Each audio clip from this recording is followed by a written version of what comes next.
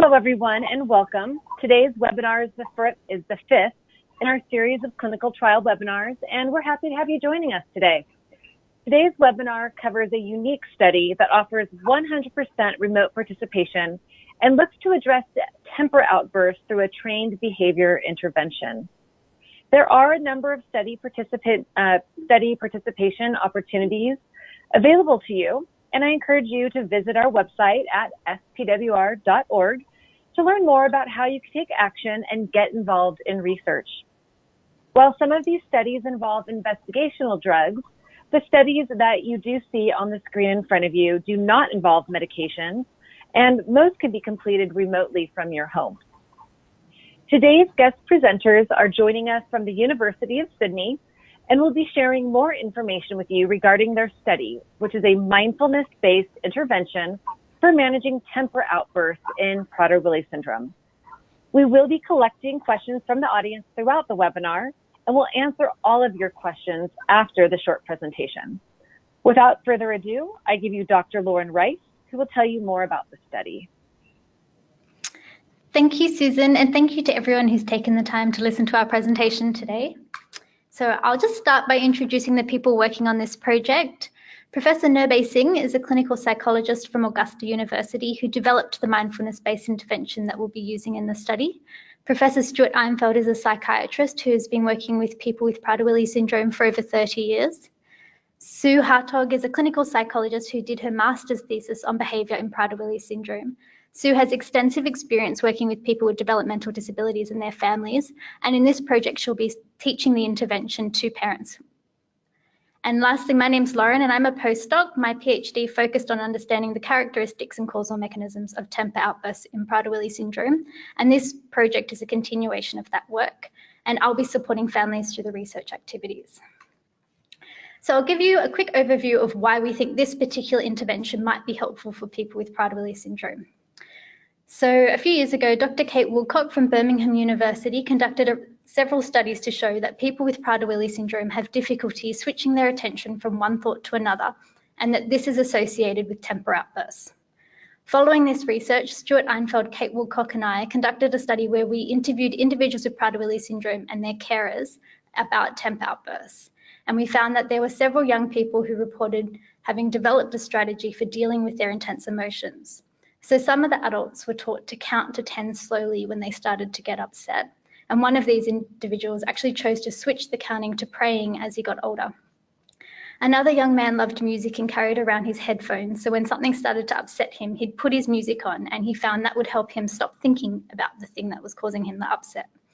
So these individuals have all found a way to help them automatically switch their attention from the cause of upset to something neutral.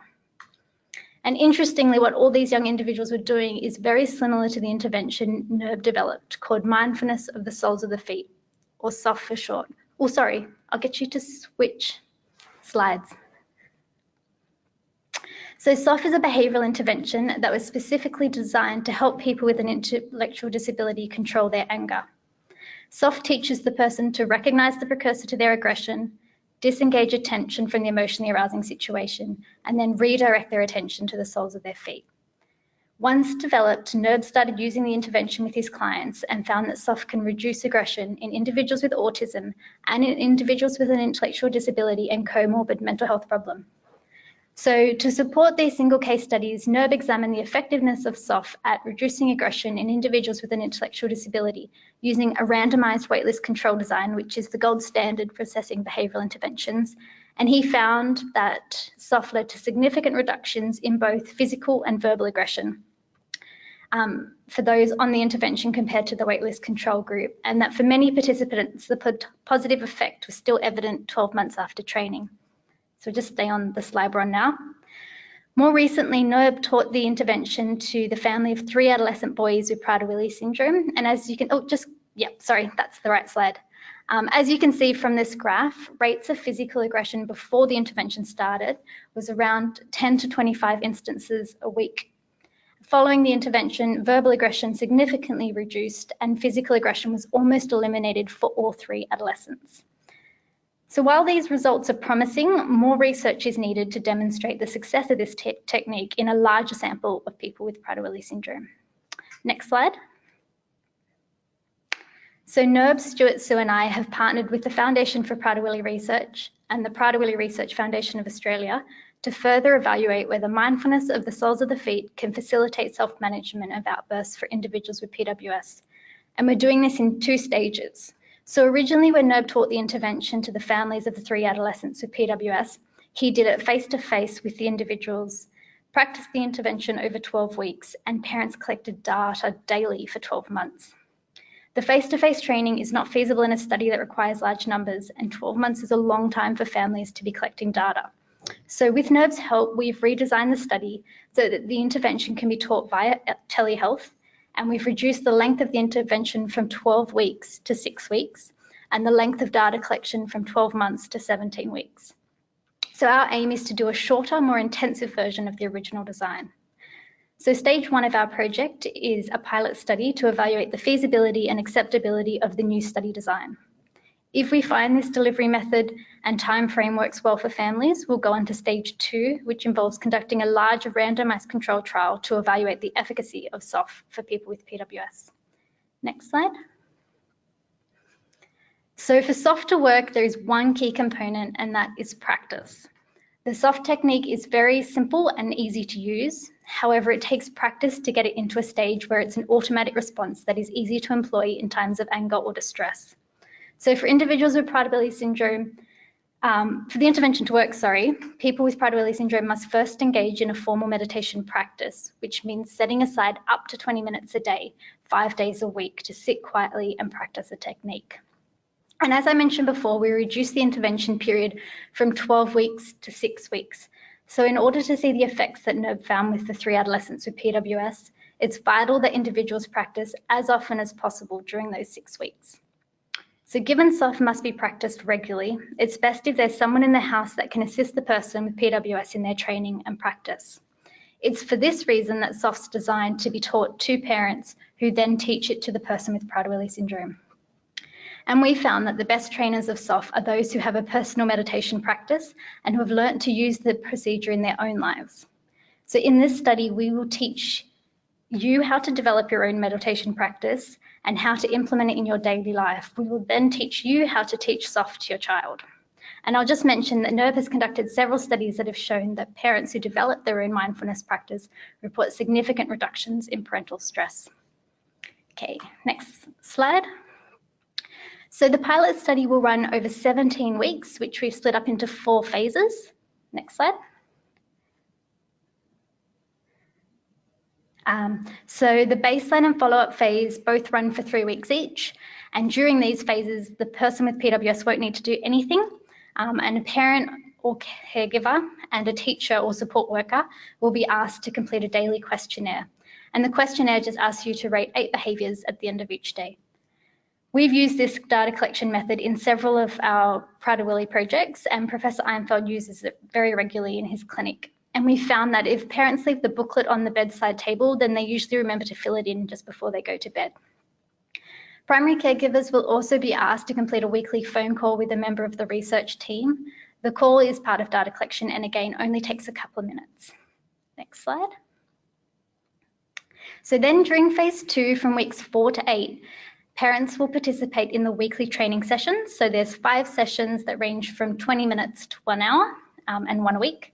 In sessions 1 and 2, the parent will meet with Sue via teleconference to learn how to implement their own meditation practice. In session 3, I'll meet with both the parent and the individual with PWS to develop a list of situations that often result in outbursts, which will be used in the training with the person with PWS. And then session 4, the parent will experience SOF. And in session 5, the parent will learn how to teach SOF to their child. Next slide. Oop, back one.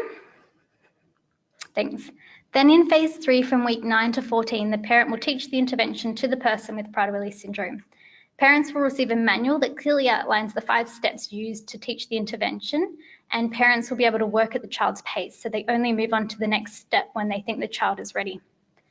And as I mentioned before, during the 6-week intervention period, we ask that you practice 5 times a week. You might start off only doing 2 to 3 minute sessions and then work your way up to 20-minute sessions towards the end of the 6 weeks. Next slide. So for the pilot study, we are looking for 13 individuals with Prader-Willi syndrome, along with one of their primary caregivers and a teacher or support worker. For the participants with PWS, they'll need to be aged 13 to 30, have a typical IQ or mild intellectual disability, provide confirmation of PWS diagnosis, and display around 2 outbursts a week. For the primary caregiver, it can be a parent, or if the individual lives in a residential house, it can be a care worker. The person must have known the individual with PWS for at least 12 months and spend around 5 days a week with the person. And finally, the teacher or support worker would just need to see the person with PWS 2 days a week, but we understand that kids may not see their teachers during the school holidays, so they might not see them every week for the entire 17 weeks, and that's fine. Next slide. So for anyone who's interested in participating in the study, here are my contact details, and I can send you a participant information sheet that outlines everything that I have said today. And that's it. Thank you so much, Lauren, for giving us this brief and wonderful introduction to the study. At this time, we are going to begin taking questions from all of our participants who've joined us today. In order to submit a question, you can use your GoToWebinar panel. There's a section for questions. You can type in your question and submit them to us. They will be seen by myself, the moderator, and presented to our research team to answer. So we're going to go ahead and jump right in. We do have a couple of questions in the queue. Lauren, let's go ahead and begin with a few questions here. Do the training sessions involve the parent and the child together? Okay, well, maybe I can answer that one. There's only one session where the person with PWS has to be present, and that is the third session with Lauren, where a list of triggers is looked at, the sorts of things that normally trigger outbursts. The first 2 sessions are purely for the parent, and they're sessions looking at teaching the parent how to use mindfulness and meditation. And then the 4th and 5th sessions involve me teaching the parent how to use the soft technique themselves, and then how to individualise it and implement it with their child. So really the aim of the project is to give the parents the skills to teach their young person how to use these techniques. Thank you. Our next question. I've tried meditation before and not found it helpful. Do I need to learn mindfulness and meditation in order to teach my child the technique? Well, it's important in this project for a number of reasons. Firstly, it's meditation and mindfulness. It's much easier to teach somebody meditation if you've had the experience yourself, and it makes you a much better teacher. So it's important for the parents to learn to use the technique themselves before they teach it to the person with PWS. The other aspect is that studies have shown that parents experience reduced levels of stress if they have been taught to implement mindfulness in their everyday life. So it has the potential for helping parents manage the stresses that are involved in daily life. And we hope that parents will pursue it beyond the brief introduction that we give them, and we give them directions to other resources that they can use. But it is important to understand that really for general use, it's important to find a technique that suits you. And we're teaching a very brief technique because it's a brief technique that we are teaching the people with Prader-Willi syndrome, something that's specific for them. And we're only giving the parents a brief introduction.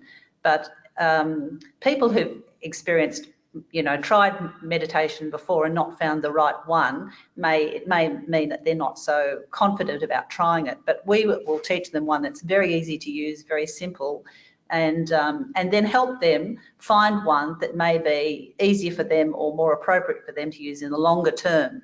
But we're really focusing on something that's very simple, very quick to pick up, and will give them some immediate experiences of meditation and mindfulness and the benefits. Great. So what if a person doesn't think their child can sit long enough in order to benefit from the meditation? Well, we are helping parents individualise the technique in the way we're teaching. It is a very brief technique that is designed for people with Prader-Willi syndrome, and we have the advantage of This technique can be taught standing up or sitting down. We will help the parents adapt. It's important for them to choose a time of day, if possible, where they know the person is not going to be particularly sleepy. So the way we deliver the program is helping the parents find the way to deliver the technique and how to individualise it to their child's needs. And that is often a concern that parents have, that their child will fall asleep. But we have designed it in a way that we try and minimise the likelihood of that happening. And it has been shown, I mean, young people with Prader-Willi syndrome have been taught to use the technique successfully. So we will help parents find a way to teach their child. Mm-hmm. We have a couple questions around the age group that's eligible for the study. What's the rationale behind the 13 to 30 age group? So when NERB originally developed this intervention, he developed it for adults with a mild intellectual disability.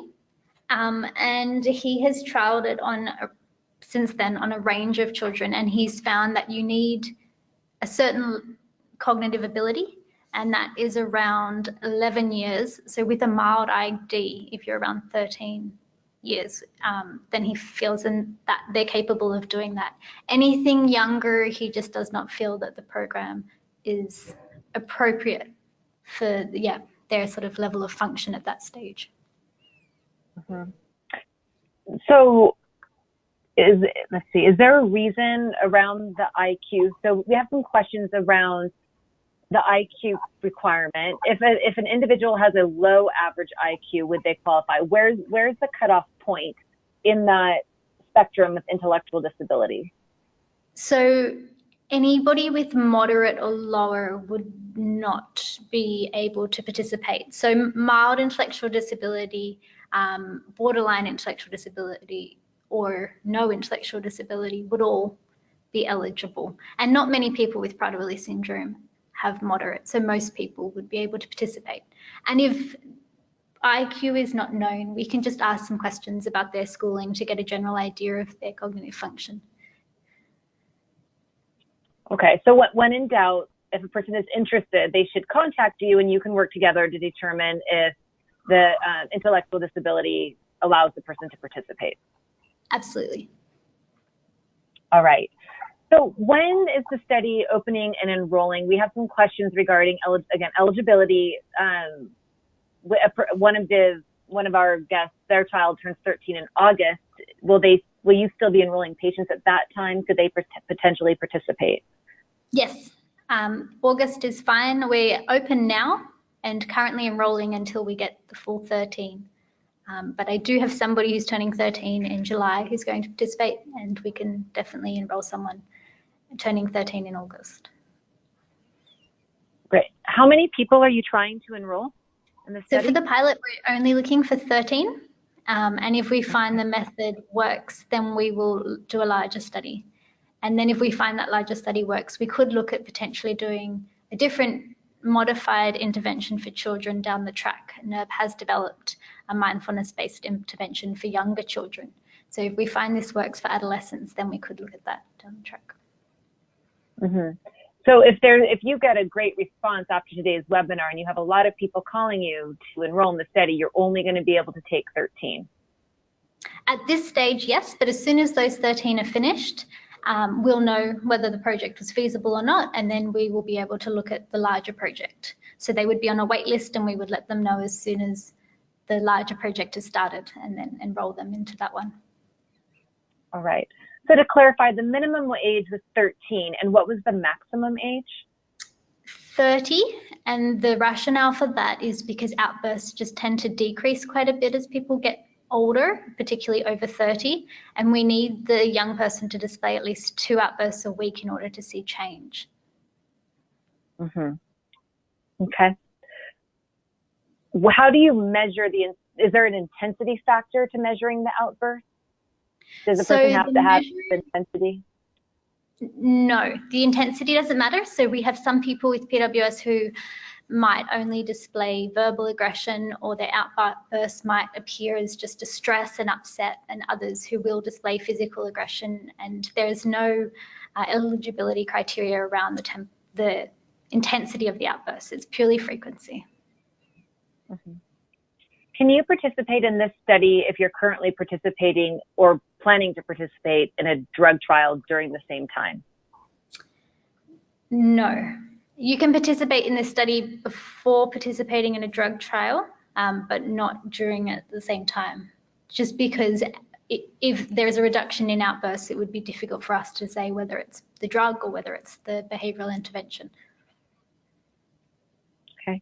You mentioned in your presentation that it's okay if your child isn't seeing their teacher for the entire 17 weeks of the study, but what if the caregiver needs to be away from the child for a period of time during that 17 weeks? Is that okay?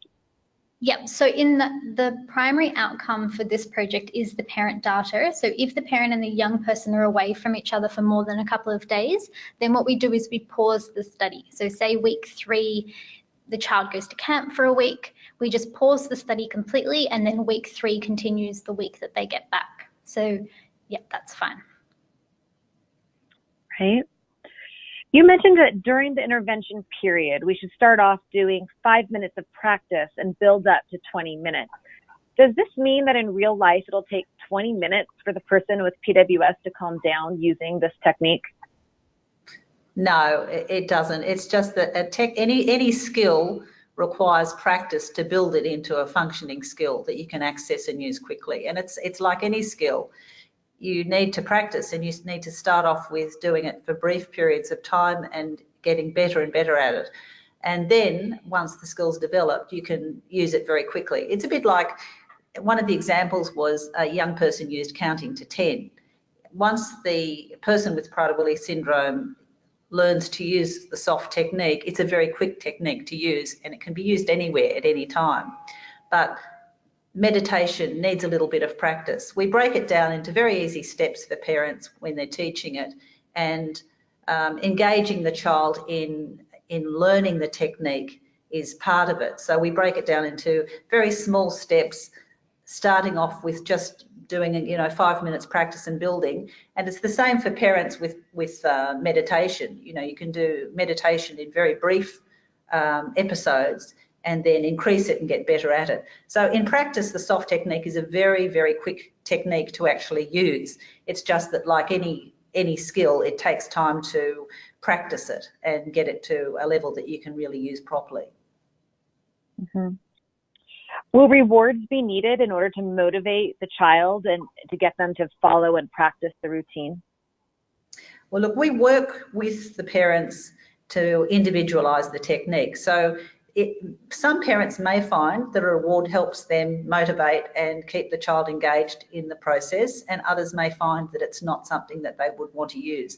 The technique is designed to be fun and simple, and it's done in brief episodes. So we try and build in something that is motivating with the learning process in itself, but it does require regular practice. So what we do is we talk to each parent about how is the best way for them to implement it. And if parents think that they need to do a reward system, we will help them design an appropriate reward system to use with their child.